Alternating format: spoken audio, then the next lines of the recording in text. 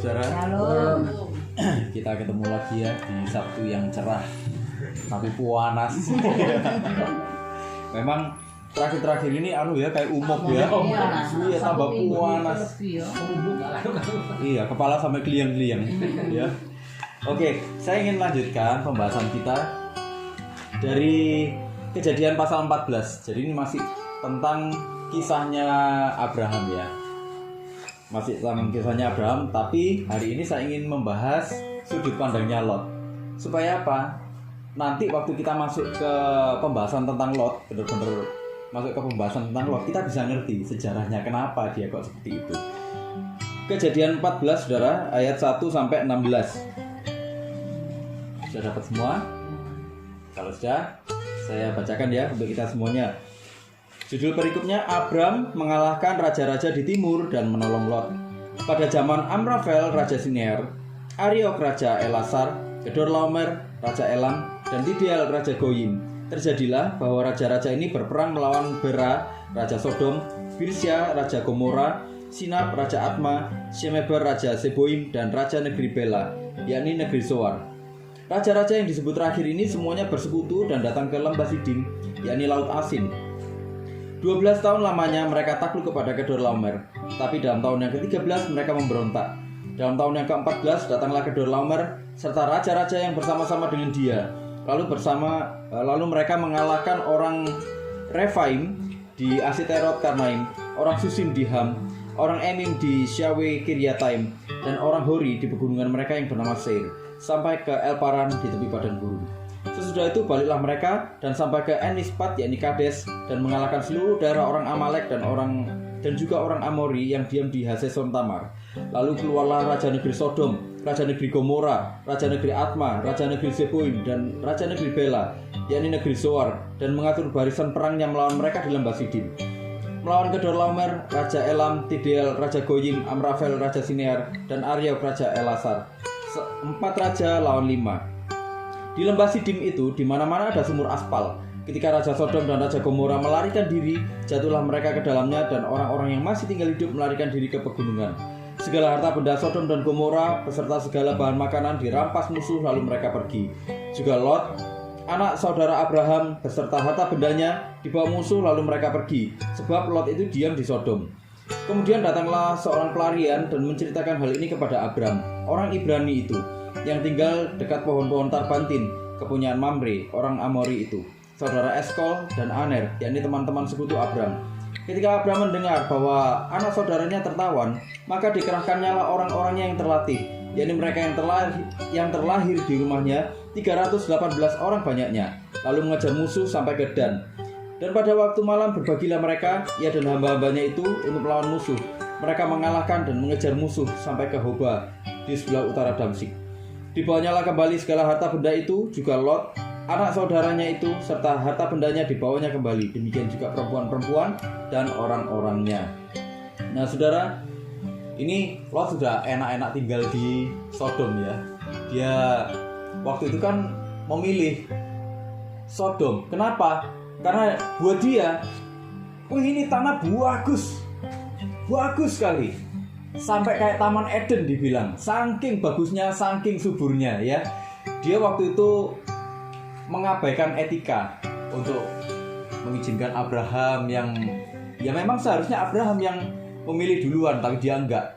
Aku yang harus yang dapat yang terbaik duluan, gitu ya. Nah, singkat cerita saudara, ternyata Sodom ini kan tanah jajahan yang harus bayar upeti sama raja-raja yang menjajah, raja-raja yang menang.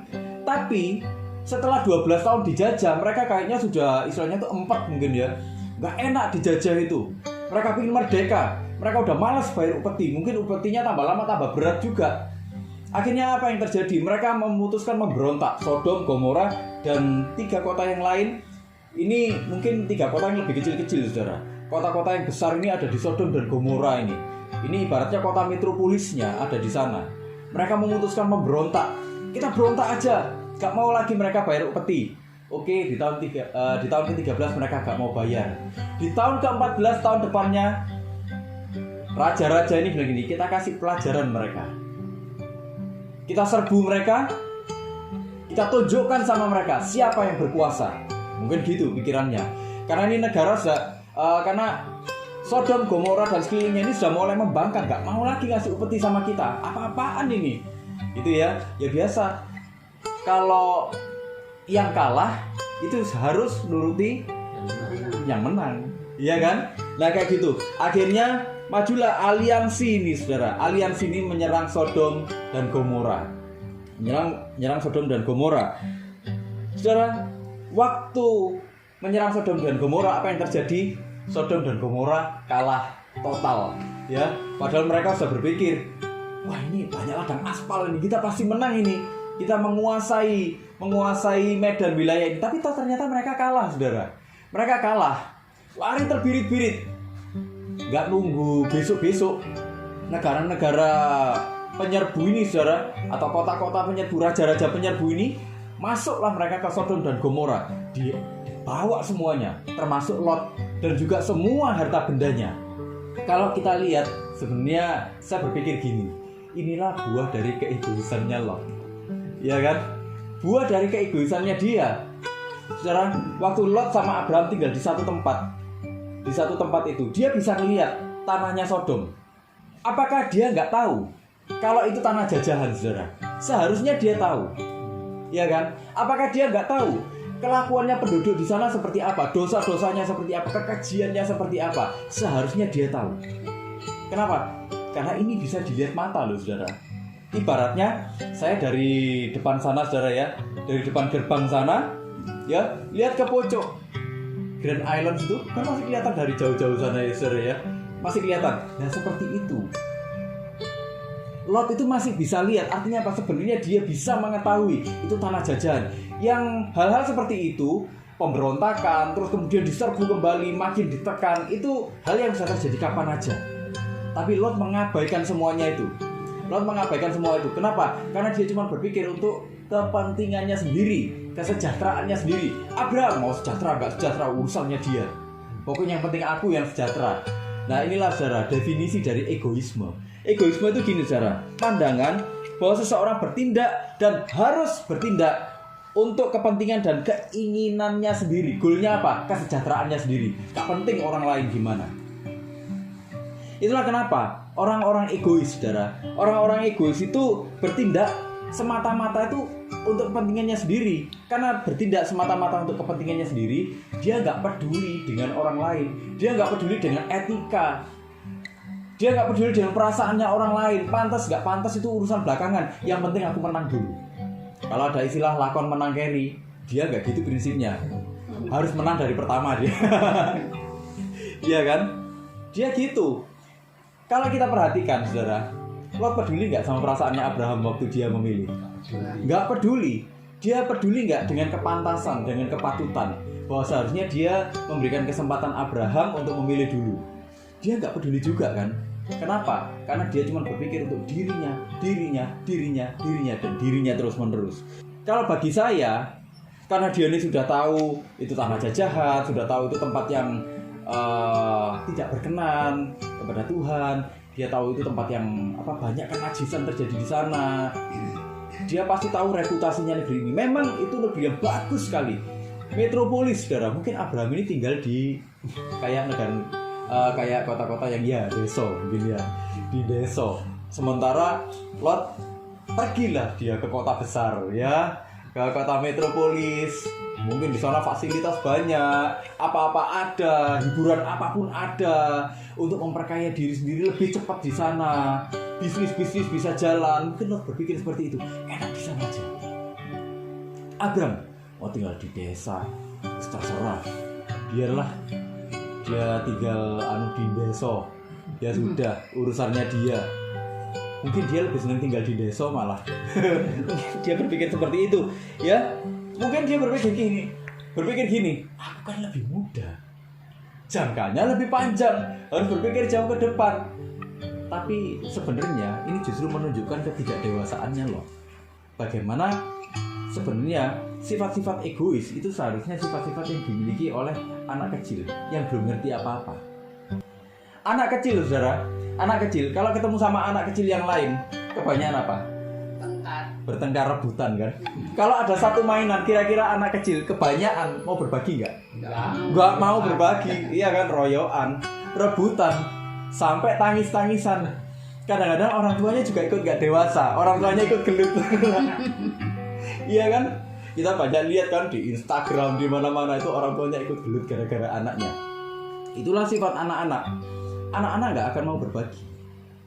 Anak-anak nggak ngerti apa-apa karena dia masih pikirannya kan masih polos, belum tahu apa artinya berbagi, belum tahu apa artinya patut tidak patut, benar atau salah. Itulah kenapa kita sebagai orang tua itu mengajarkan kepada anak-anak kecil, nah ini salah, nah yang seperti itu nggak patut. Kenapa? Karena itu bisa merugikan orang lain. Kalau anak nggak diajar seperti itu semenjak dari dia masih kecil, saudara, saya yakin waktu dia dewasa nanti, saudara, wah, istilahnya kalau orang Surabaya bilang begitak ini, saudara. Iya kan? Begitak. Sembarangan, sembrono dia sama orang lain. Itu loh. Makanya orang-orang dengan karakter egois sebenarnya adalah orang-orang yang sangat tidak dewasa. Ya. Orang-orang yang seperti itu membuat Tuhan itu tidak bisa mempercayakan apapun. Saudara, kalau saudara ada punya anak ini ya, masih bayi atau katakanlah umurnya masih balita. Jangankan balita, saudara, di atas 7 tahun sampai 10 tahun, antara 7 tahun sampai 10 tahun, kira-kira saudara akan percayakan mobil nggak sama anak ini? Mobil-mobilan. Kalau mobil-mobilan iya. Kalau mobil sungguhan kira-kira dipercayakan nggak, saudara? Enggak. Sama aja kita cari penyakit buat kita sendiri. Lah, 17 saya masih belum. lah makanya itu, kalau dia sampai nabrak nanti yang susah siapa? Orang tua. Kita juga orang tua, iya kan? Kita yang susah. Saya lihat terakhir-terakhir ini banyak orang tua yang mempercayakan anak-anaknya itu mengizinkan naik motor, saudara. Motor listrik itu loh, saudara. Saya lihat di mana? Di jalan-jalan itu ya, wah, anak kecil-kecil itu, saudara, naik sepeda motor listrik itu. Wih, kalau nyetir pas gini. Kita nih yang di belakang ini sampai was-was sendiri. Saya pernah ketemu, saudara, itu ada anak masih kecil. Itu gonceng anak yang lebih kecil lagi. Paling anak 7 tahun mungkin gonceng anak sekitar umur 4 tahun mungkin, saudara. Itu nyetirnya gini-gini, saudara. Wih, nggak karu-karuan. Saya itu sampai takut sendiri loh. Di belakang sampai saya tutup jalannya kendaraan-kendaraan yang lain supaya nggak beresiko. Sampai dia nemu gang, masuk gang, baru saya buka jalannya. Saya sampai mikir gitu loh, saudara. Ini orang tuanya ini nggak genah ini. Anak kayak gini. Dan nyetirnya tuh, wih, kalau saudara tahu ya, kocak-kocak gini, saudara. Saya tuh yang nyetir tuh sampai ngeri sendiri, saudara. Makanya anak-anak yang seperti itu yang tidak dewasa, kalau kita orang tua yang sehat, saudara, kita nggak akan mempercayakan dia sesuatu yang membahayakan seperti itu. Tuhan itu seperti orang tua buat kita, saudara. Tuhan itu seperti orang tua buat kita. Kadang-kadang Tuhan itu mengizinkan kita tuh ya gini-gini dulu. Kita mungkin kadang-kadang udah bosen gitu. Iya kan? Iya. Ya Tuhan, ini aku ngikut Tuhan wis kayak gini loh, Tuhan. Tapi kok gini, gak bahaya ta? Iya kan? Tapi justru itu, Tuhan itu sebenarnya kadang-kadang membiarkan kita seperti itu terus. Nak, kamu gini dulu aja. Kenapa? Kamu harus belajar bersabar dulu. Kadang-kadang gitu. Kamu harus belajar bersabar dulu. Karena gini, standar kedewasaannya Tuhan dengan standar kedewasaannya manusia itu berbeda. Dan masing-masing itu punya kedewasaan yang berbeda. Kadang-kadang ada orang yang masih muda tapi sama Tuhan sudah dianggap, oh cukup kan. Ada orang yang sudah kita anggap, oh ini orang sudah cukup umur, tapi Tuhan bilang gini, enggak, tapi bagi aku engkau masih belum kesana, gitu loh. Jadi itulah kenapa kadang-kadang Tuhan itu mengizinkan kita ada dalam posisi yang kayaknya itu stagnasi, gitu loh. Itulah kenapa kadang-kadang Tuhan tuh gini, wes nggak apa-apa nak, kamu bersabar dulu dengan ini, bersabar dulu sampai kamu mencapai level kedewasaan yang aku inginkan, gitu loh. Jadi manusia itu sebenarnya apa sih? Manusia itu kan sebenarnya tujuannya apa? Melakukan kehendak Tuhan, menyenangkan Tuhan. Sepanjang kita sudah dipercaya sama Tuhan untuk naik ke level yang selanjutnya. Oh, kamu di titik ini sudah menyenangkan aku sedemikian rupa. Oke, nah yuk. Tapi satu hal yang pasti apa? yang Tuhan inginkan dari setiap proses dalam kehidupan itu apa? Mendewasakan kita. Mendewasakan. Jadi bukan untuk menyakiti kita, tapi untuk mendewasakan kita. Gitu loh. Ya. Jadi manusia ini saudara kalau nggak dididik, pasti selama-lamanya sampai dia tua pun sisi kanak-kanaknya itu tetap ada. Apa sisi kanak-kanaknya? Egois. Betul. Itulah kenapa kita kalau ya itu tadi, kalau kita berpikir kita orang tua, kita nggak akan mempercayakan sesuatu ke anak yang belum siap. Atau gini, saudara pernah nggak? Ini sudah sama-sama dewasanya ini misal, sudah sama-sama dewasanya, sudah sama-sama umurnya sama lah katakanlah. Tapi saudara bisa nyetir mobil, yang satunya nggak bisa nyetir mobil, atau masih baru belajaran nyetir mobil. Saudara akan ngomong sama dia gini nggak? Tolong setirno aku, dek pacet. Yang pacet medannya gini naik turun. Kira-kira saudara akan percayakan nggak? Nggak percaya ya? Oh, serem. Atau kita mikir gini, wah jangan-jangan pulang sebelum waktunya ini. Iya kan, nah ya kayak gitu. Jadi intinya Tuhan tuh ingin mempercayakan sesuatu sampai dia benar-benar percaya bahwa kita benar-benar bisa dipercaya. Gitu ya saudara ya. Nah, saudara, saya ingin bandingkan gini dari Kejadian 1 saudara ya, ayat 28b. Kalau kita berpikir gini, oh jangan-jangan Tuhan nanti aku bosen loh Tuhan. Gini, Tuhan itu tahu waktu yang terbaik. Ini gini, pencobaan yang kau alami tidak melebihi kekuatanmu. Ya, jadi Tuhan tuh gini. Ayat itu lagi bilang gini sebenarnya. Apa yang kau alami itu sebenarnya lazim dialami semua manusia. Kalau kita hari ini harus stagnasi, ada banyak manusia yang kayak gitu juga sebenarnya. Kalau kita hari ini misalnya lagi bangkrut, ada banyak manusia yang mengalami kebangkrutan yang sama. Kalau kita hari ini lagi terluka, ada banyak orang yang mengalami luka-luka yang sama.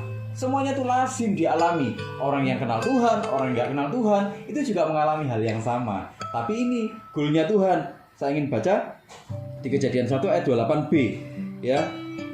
Penuhilah bumi dan taklukkanlah itu, berkuasalah atas ikan-ikan di laut dan burung-burung di udara dan atas segala binatang yang merayap di bumi. Tempo hari kita bahas ya saudara ya tentang berkat istimewanya orang percaya. Berkat istimewanya orang percaya itu ternyata apa? Tidak egois. Tidak egois itu berarti apa? Menghasilkan kebaikan bersama. Orang percaya justru mengalami berkat-berkat Tuhan, justru mengalami penyertaan Tuhan, menikmati penyertaan Tuhan, menikmati hidupnya waktu dia menghasilkan kebaikan bersama. Gitu loh.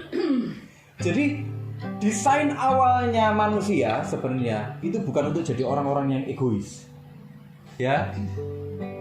Kalau sampai kita egois hari ini berarti ada yang salah dengan kita hidup.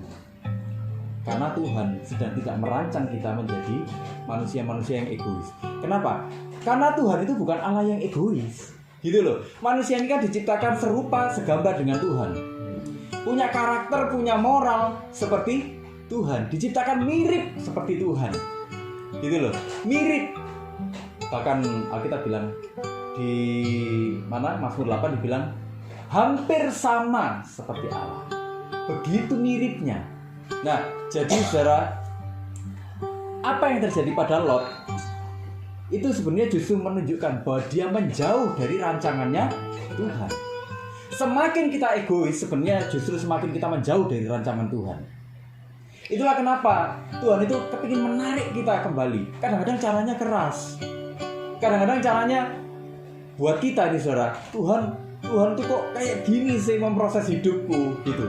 Tapi sebenarnya itu justru cara Tuhan menarik kita kembali untuk masuk ke dalam rancangan aslinya Tuhan, masuk ke dalam gambaran besarnya Tuhan. Ini loh nak, kamu seharusnya hidup seperti ini, gitu ya. Jadi saudara, kalau kita ada di dalam proses Tuhan, itu jangan buru-buru marah, gitu ya. Semua orang diproses Tuhan. Gak peduli dia hamba Tuhan, gak peduli dia pendeta, gak peduli dia jemaat, gak peduli dia apapun pekerjaannya, semuanya mengalami proses yang sama. Apakah saya gak mengalami proses dari Tuhan? Saya juga mengalami proses dari Tuhan. Itu saudara ya. Apakah kadang-kadang saya diginikan loh saudara sama orang gini. Oh tapi kan situ pendeta, enak kan prosesnya. Siapa bilang? Tambah nomornya. Gitu loh. Siapa bilang pendeta prosesnya enak? Gak ada proses yang enak, saudara. Semua proses itu sebenarnya sedang mengikis habis-habisan kehidupan yang tidak berkenan. Gitu loh. Itulah kenapa gak ada proses yang enak. Jangan bilang prosesnya pendeta enak, prosesnya pendeta ya gak penaan. Gitu. Tapi kenapa saya gak tinggalkan pelayanan? Kenapa saya gak mau meninggalkan Tuhan dan saya tetap setia ada di dalam proses Tuhan? Kenapa? Karena dalam hati saya cuma satu, ingin menyenangkan hati Tuhan. Itu aja. Gitu loh. Kenapa? Harta benda nggak saya bawa mati. Waktu nanti saya mati, yang ditanya sama Tuhan cuman, Sony, kamu dulu ngapain aja? Gitu. Cuman saya nggak banyak expose, saya nggak banyak cerita tentang proses hidup saya ke orang banyak. Gitu loh, saudara. Saya nggak banyak cerita. Tapi saudara, di balik senyum saya ini, saudara, sebenarnya ada begitu banyak pergumulan yang saya alami. Itu. Tapi kenapa saya terus bertahan?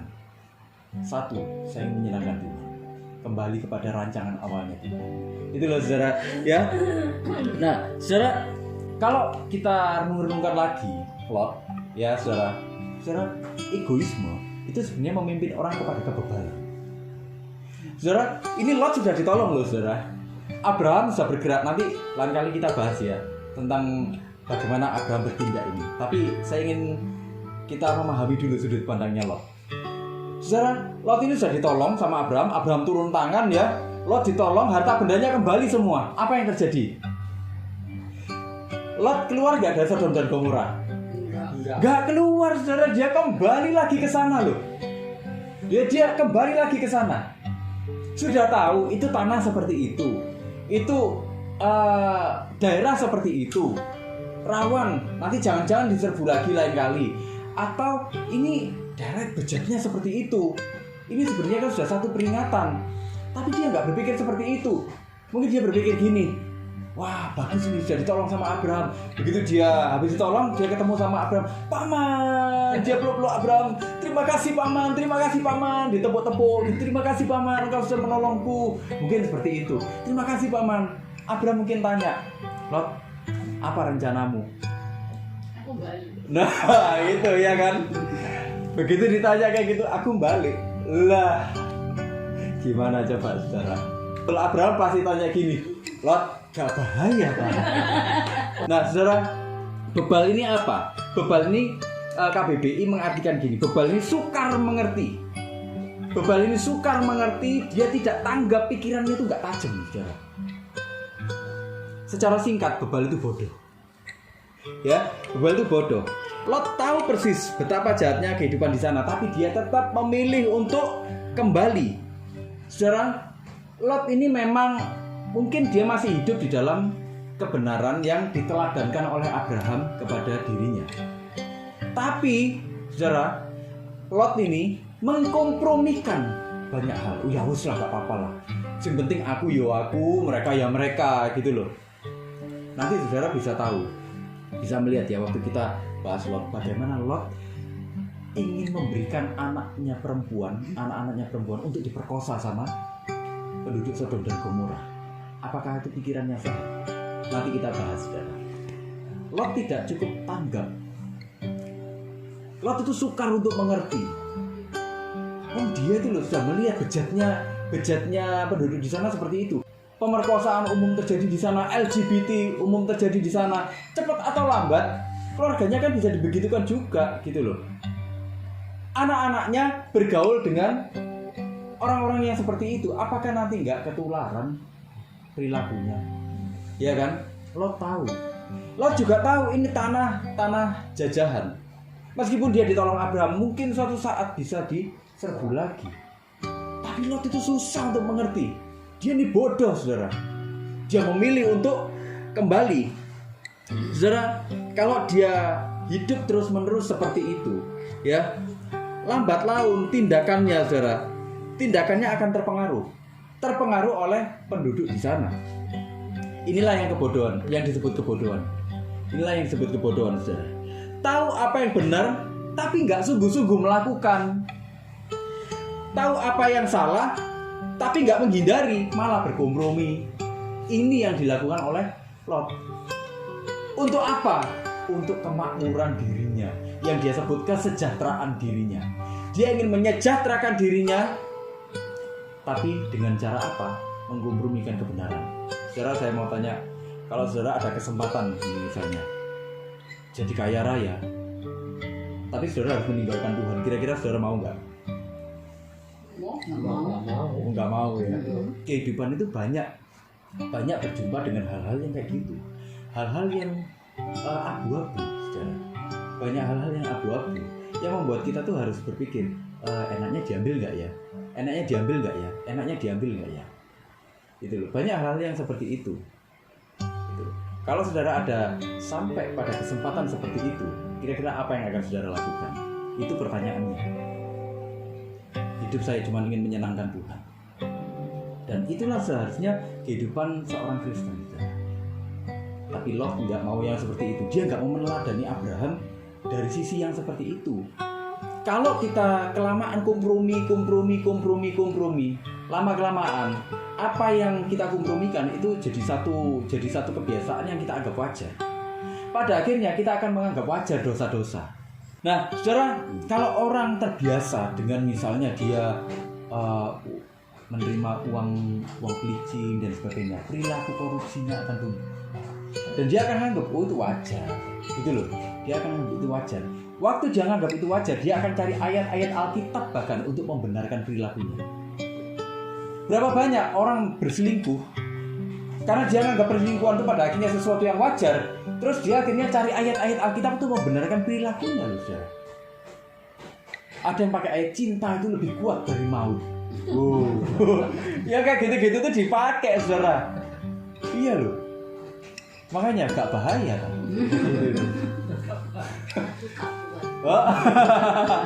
Betul. Nah itu loh saudara. Saudara, akhirnya waktu itu terjadi, kita tuh gak bisa membedakan mana yang baik, mana yang buruk. Itulah kenapa saudara di dalam kehidupan ini itu kita akan sering ketemu peristiwa-peristiwa yang abu-abu. Kalau kita ketemu dengan peristiwa yang abu-abu, kita menjawabnya itu selalu harus kembali kepada kecintaan kita kepada Tuhan lagi. Apakah ini nanti akan mengecewakan Tuhan? Apakah ini nanti akan menyakitkan Tuhan? Kalau aku melakukan ini, kira-kira Tuhan senang nggak ya? Tuhan berkenan nggak ya? Kalau kita bingung, semua jawabannya harus kembali ke sana. Semua jawaban, mau kita cari pembenaran ayat Alkitab sekalipun, semua harus kembali ke sana. Ini menyenangkan Tuhan enggak? Ada orang yang berselingkuh kan ngomong gini kan, ya karena istriku kayak gitu, ya kan? Atau suamiku loh juga selingkuh, tak balas sekarang, ya kan? Tapi pertanyaannya kembali lagi, apakah itu menyenangkan Tuhan? Nah itu ya saudara ya. Nah, saya kapan hari itu ditanya sama ya sama saya, kalau misalnya hidup itu untuk apa sebenarnya? Dia bilang ulang tahun itu untuk apa sebenarnya? Dia bilang kayak gitu. Saya bilang gini loh, manusia itu endingnya apa? Waktu itu cepat berlalunya. Nah, semua orang punya waktu yang sama, 70 tahun, 80 tahun. Apa yang akan kamu pakai dengan 70 tahun, 80 tahun itu? Firman Tuhan ngajari kita untuk apa? Untuk menyenangkan Tuhan. Kembali lagi kepada tujuan Tuhan. Apa tujuannya? Menyenangkan Tuhan. Seumur hidupmu harus menyenangkan Tuhan. Seumur hidupmu gak boleh egois. Egois itu cuma mementingkan dirimu sendiri. Artinya kamu yang jadi Tuhannya. Seumur hidupmu harus Tuhan yang benar-benar jadi Tuhannya. Seumur hidupmu harus Tuhan yang disenangkan. Gitu loh. Jadi waktu kita menyenangkan diri kita sendiri pun endingnya apa? Supaya nama Tuhan disenangkan, supaya nama Tuhan dipermuliakan, supaya hatinya Tuhan senang lewat kehidupannya kita. Gitu loh. Ya. Saya ingin bacakan saudara di Roma 12 ayat 2. Roma 12 ayat 2, tapi saya akan bacakan dari ini versinya bahasa Indonesia masa kini, ya. Dibilang gini, janganlah ikuti norma-norma dunia ini, biarkanlah Allah membuat pribadimu menjadi baru, supaya kalian berubah. Dengan demikian kalian sanggup mengetahui kemauan Allah, yaitu apa yang baik dan yang menyenangkan hatinya dan yang sempurna. Ya Pak Saudara, seumur hidup kita itu sebenarnya hanya untuk menyenangkan Tuhan. Kalau kita hatinya itu cuma untuk menyenangkan Tuhan, saudara, kita akan segera bisa membedakan ini baik, ini buruk, ini benar, ini salah. Wilayah abu-abunya itu dikit sekali. Dikit sekali. Apakah kita bisa melakukan kesalahan? Bisa. Tapi kita akan cepat kembali. Kenapa? Karena kita akan segera menyadari itu salah ternyata. Itu gak benar, itu gak menyenangkan Tuhan ternyata. Gitu loh. Kenapa? Karena sejak awal desainnya manusia itu cuma satu, menyenangkan Tuhan. Waktu manusia dibentuk Tuhan sendiri, ya, waktu Tuhan begitu fokus membentuk manusia, dibentuk satu-satu, Tuhan menghembuskan nafas kehidupan secara langsung kepada manusia. Bukan Tuhan berfirman loh, tapi Tuhan ini menghembuskan nafas secara langsung, dibentuk sendiri sama Tuhan. Tujuannya apa? Supaya Tuhan itu disenangkan lewat kehidupan kita. Secara kehidupan kita harus kembali lagi kepada apa maunya Tuhan. Itu yang memang Tuhan inginkan.